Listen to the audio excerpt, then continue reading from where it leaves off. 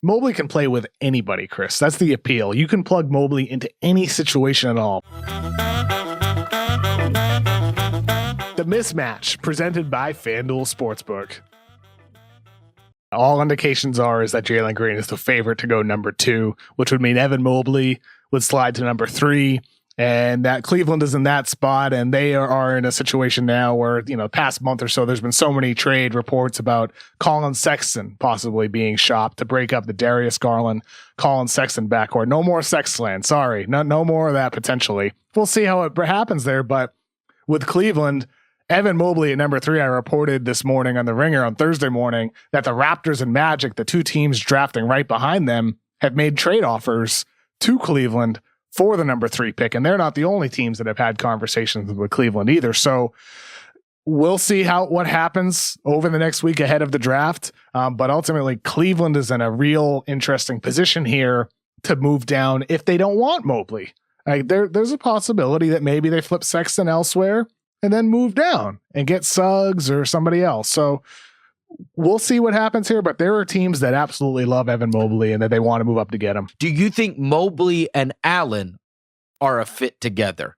If that is a big swing that you take and you bring him back. It can work. I mean, it can absolutely work. Because with Jarrett Allen, you get the rim running, the rim protection, interior player. Whereas with Mobley, he can do both. Like, he can play interior if he needs to, but primarily, like, you want Mobley to develop into a guy who can be an offensive hub for you. Like, the playmaking that Mobley showed at USC is more than what the numbers indicate. Like, he's a really, really, really good passer for a big. And so factor in his ability to off the dribble, his shooting potential, his flexibility to switch onto the perimeter against guards and wings. Yeah, it could definitely work with Allen and Mobley together in the front court, or you could play just one of them. So I think that lineup flexibility would be great for the Cavaliers.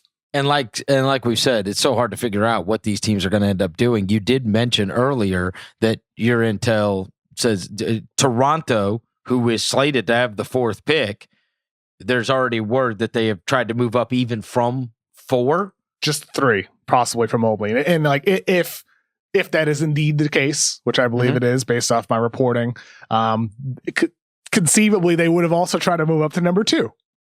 Right? Like, naturally, that's what you would do if you're a team that wants to move up. You ask about all 3 teams ahead of you.